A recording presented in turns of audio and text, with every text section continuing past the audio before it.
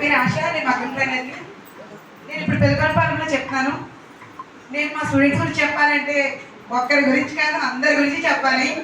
Main ఏంటంటే first 10కి class start చేద్దాం అనుకుంటాం, బట్ అందరు 9కే వచ్చేస్తున్నారు. 9 నుంచి 4:30 వరకు ఉంటున్నారు. నీడి పట్టుకోవడం రాని వాళ్ళు కూడా ఇప్పుడు ఆల్మోస్ట్ మేడం మేము ఈ చీర కుడతాము, మనం లాస్ట్ డేకి ఒక 40 బ్లౌజెస్ కుడదాము అని చెప్పేసిన వాళ్ళు కూడా ఉన్నారు. ముఖ్యంగా నేను కొంతమంది గురించి చెప్పాలి.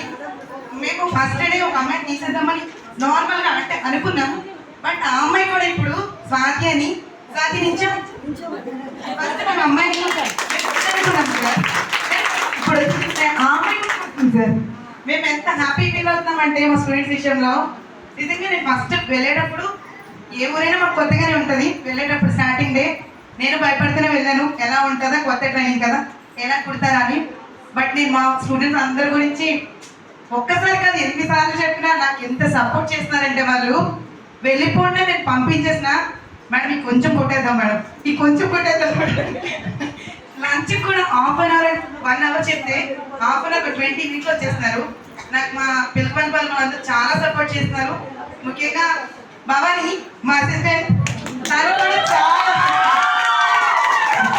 ముఖ్యంగా భవాని గురించి చెప్పాలంటే నేను ఒక హాఫ్ అన్ అవర్ లేట్ వస్తానన్నా, తను మాత్రం క్లాస్ చాలా బాగా లీడ్ చేస్తుంది.